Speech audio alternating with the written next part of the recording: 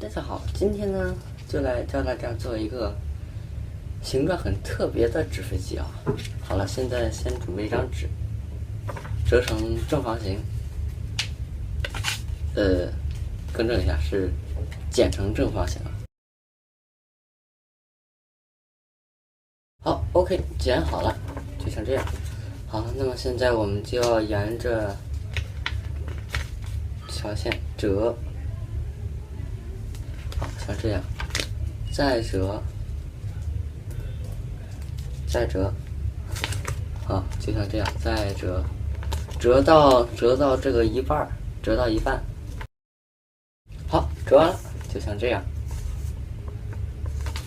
好，那么现在最后一个步骤呢，就是把它围成一个圆圈。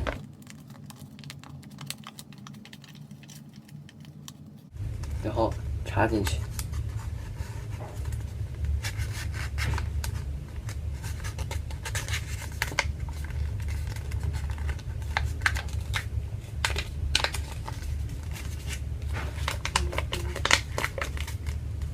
像这样。如果不是太圆呢，最好把它，越圆越好，越圆呢飞行效果就越好。好，如果这里待不住的话呢，这个口待不住的话呢，可以贴上一个双面胶。